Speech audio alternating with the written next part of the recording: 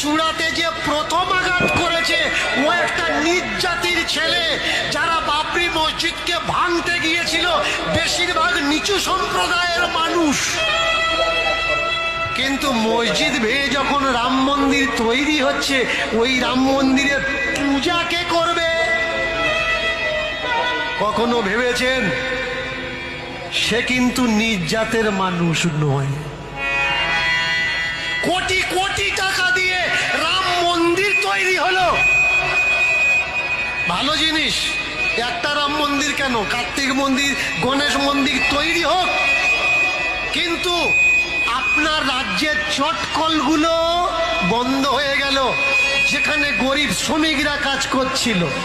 কোটি কোটি টাকা দিয়ে রাম মন্দির তৈরি হলো, কিন্তু সরকারের বড় একটা প্রকল্প বিএসএনএল প্রকল্প, টেলিকম যোগাযোগ, সেই বিএসএনএল নষ্ট হতে বসেছে।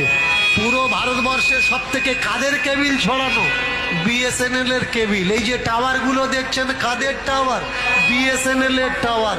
অথচ বিএসএনএল কোনো কাজ করে না। কাজ করছে কারা? এই বিএসএনএল বিক্রি হয়ে গেল বিদেশি কোম্পানির কাছে। তাহলে রাম মন্দির যখন তৈরি হলো, কোটি কোটি টাকা ইনকামের জন্যে যদি কেউ